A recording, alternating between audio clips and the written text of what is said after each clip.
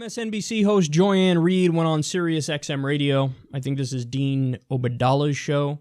And Joy explained how she doesn't really know how to reach out to Trump voters or change their mind. Let's watch. Trumpism is actually a thing. It's making children more coarse and cruel toward each other. It's allowing kids to use like racist slurs against each other in his name, sexist slurs to attack girls in his name. He's created something really ugly, and I don't really know how to walk it back. I don't know what fights it, because since the people who love him will never ever listen to us, and never, ever see him as vulgar. They don't care if he's vulgar. It's not that they don't see that he's vulgar. They don't care. Right. And they're glad he's vulgar. They're glad he's crude. And so to deal with him, you have to deal with them. And I don't know what you do with them, because there's nothing that will appease them, because they don't care about the economy. They don't care if he cuts their 401ks or gets rid of their health care. They don't care about money. They don't really even care about coal. They just want him to crush us. And so I don't know how you fix a culture where you've got a percentage of it that just wants crudeness.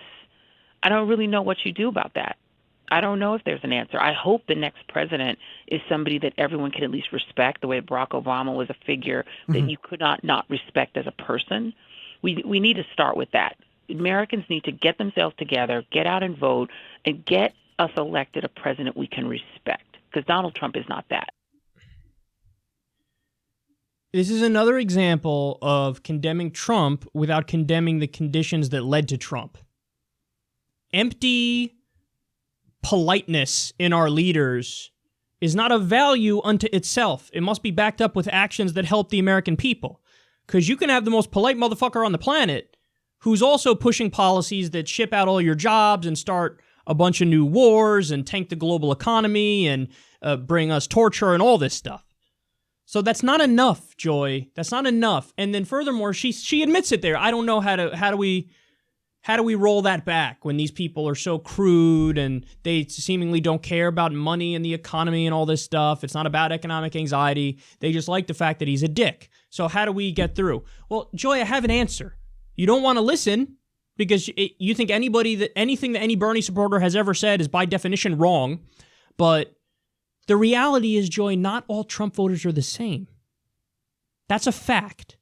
It's not like every single person who voted for Trump because he said shit like, the Mexicans, they're criminals, they're rapists. I assume some are good people. It's not like they all voted for him because he said he wants to do nationwide stop and frisk, which, yes, is a racist policy because over 90% of the time it targets minorities, which, by the way, it yields something less than 1% of the time. So, yes, it takes away constitutional rights of minorities. No doubt about that. But it's not like everybody voted for Trump because of that. It's not like everybody voted for Trump because of the total and complete shutdown of Muslims. Okay, so there are people, even though you don't want to admit it, who voted for Trump in the Rust Belt because he kept talking about how NAFTA ruined the country. He kept talking about how their jobs got outsourced. He kept talking about how we're going to rebuild our infrastructure and I'm going to keep jobs here and I'm going to look out for you. The forgotten man will never be forgotten again. So, Joy, there are people who literally voted for Barack Obama twice, then voted for Trump. What do you say to them? And why do you deny their existence? Because when you say stuff like, oh, they vote for him, it's not about economics, it's not about anything else. They like him because Trump's an asshole and he's trying to crush us. But what about those people? What about the ones who voted for Obama twice and then they voted for Trump? They're not concerned about? So none of the voters in the Rust Belt who had factory towns that are now absolutely crushed by outsourcing deals like NAFTA, which Bill Clinton signed, what about those people? They also don't care about the economy? Listen, the point is, yes, some Trump voters are too far gone. I'll freely admit that. And I'm fine with shaming those people and calling them out and slamming them and not giving an inch in negotiations and debates with them. I'm 100% on that page. The difference between me and you, Joy, is I understand that that's maybe 50% or 60% of the Republican Party, whereas you seem to think, or 50 to 60% of Trump supporters, you seem to think it's 100%. So in other words, you're totally fine with stereotyping and generalized bigoted thinking when it comes to Trump supporters. They're all the same. They're all bigoted. They're all intolerant. They all voted for him because of the bigotry and the intolerance. But no, if somebody voted for Obama twice and then they voted for Trump, chances are you're missing something.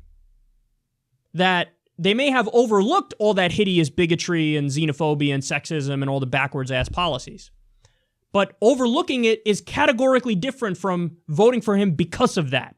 Because those are people who you can reach them with an economically populist message.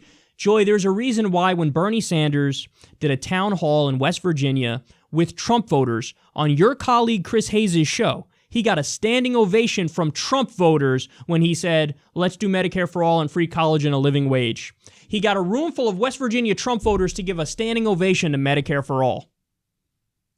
And your argument is, there's no reaching these people. Why even bother trying? I don't know how to roll this back. Well, we do. We know. We can build a coalition with 75% of the country because the polls show the American people already agree with us. The majority of the American people already agree with us on the issues. But that's the point, is you have to be willing to try, and you have to be willing to talk to Trump voters as if they're individuals and they're different on a case-by-case basis. And you absolutely can reach some of them with a populist economic message and just letting them know, hey, whether or not you realize it, you agree with me more than you think you do. And then eventually you get them to vote for you. But perpetual shaming and saying they're all the same and pretending like none of them are concerned with the economy, that's pathetic, it's silly, it's a stereotype, and it will lead to your perpetual losses.